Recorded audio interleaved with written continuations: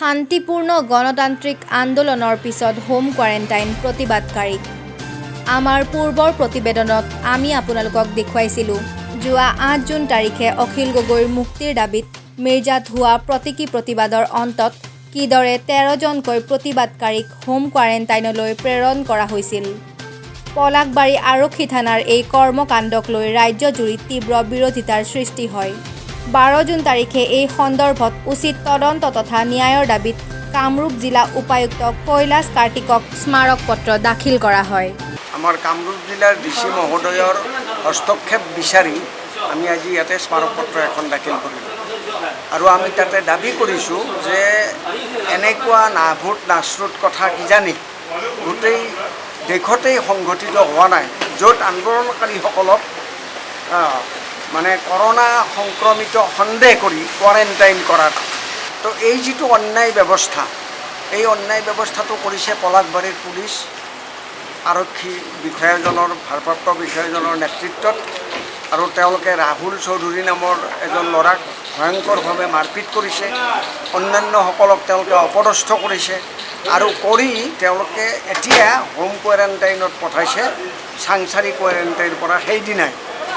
আৰু এতিয়া আমাৰ ফালৰ পৰা এই কথাও উত্থাপন কৰা হৈছে, যদি তেওঁলোকক সংক্ৰমিত বুলি সন্দেহ কৰা হয় তেনেহ'লে পলাশবাৰী থানাৰ আৰক্ষী বিষয়াজনকে ধৰি তাৰ প্ৰতিজন কনিষ্টবল, তাৰ কৰ্মচাৰীসকল তেওঁলোকৰ কিয় কোৱাৰেণ্টাইন নহ'ব?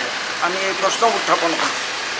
এতিয়া আমি অপেক্ষা কৰিম যে কামৰূপ জিলাৰ ডিচি মহোদয়ে আমাৰ দাবী সংক্ৰান্তত তেওঁ কি প্ৰতিক্ৰিয়া প্ৰকাশ কৰে, তেওঁ কিবা ফ'ল' আপ কৰে নে নাই, আৰু যদি নিৰ্দিষ্ট এটা সময়ৰ ভিতৰত এই গোচৰটো সম্পৰ্কত, এই ঘটনাটোৰ সম্পৰ্কত যদি ডিচিয়ে কোনো ইণ্টাৰভেনশ্যন নকৰে তেনেহ'লে আমি তেওঁলোকৰ এই কোৱাৰেণ্টাইন বা হোম কোৱাৰেণ্টাইন এইবিলাক একো মানাত নাই। আৰু ইয়াৰ আমাৰ প্ৰতিবাদত আমাৰ মানুহে আমাৰ যি সংগ্ৰাম কৰিব লগা আছে সেই সংগ্ৰাম চলাই যাব।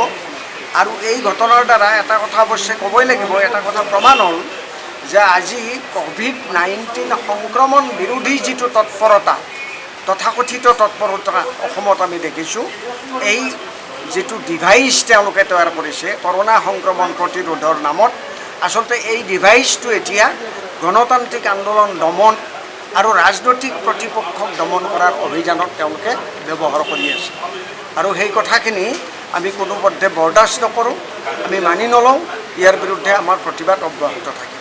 স্মাৰক পত্ৰখন যৌথভাৱে দাখিল কৰে কামৰূপ জিলা কা বিৰোধী সংগ্ৰামী ঐক্য মঞ্চ, দীপৰ বিল সুৰক্ষা সমিতি, গণ সাংস্কৃতিক মঞ্চ আৰু ছাত্ৰ মুক্তি সংগ্ৰাম সমিতিয়ে। এই বিষয়ত গুৰুত্ব সহকাৰে তদন্তৰ লগতে উচিত ব্যৱস্থা গ্ৰহণৰ আশ্বাস দিয়ে জিলা উপায়ুক্তগৰাকীয়ে।